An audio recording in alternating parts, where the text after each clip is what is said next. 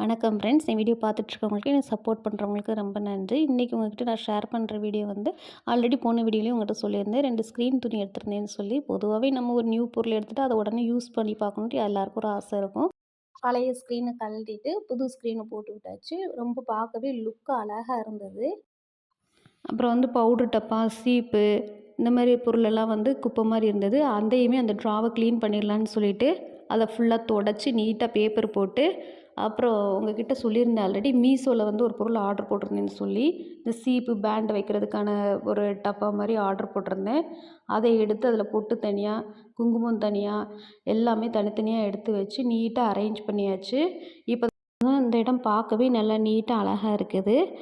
இன்றைக்கி வீடியோ இவ்வளோ தான் ஃப்ரெண்ட்ஸ். என் வீடியோ பிடிச்சிருந்தா சப்ஸ்கிரைப் பண்ணி, லைக் பண்ணி, ஷேர் பண்ணி, கமெண்ட் பண்ணுங்கள். மேலும் நான் வீடியோ போடுறதுக்கு சப்போர்ட் பண்ணுங்கள். பாய். தேங்க்ஸ் ஃபார் வாட்சிங்.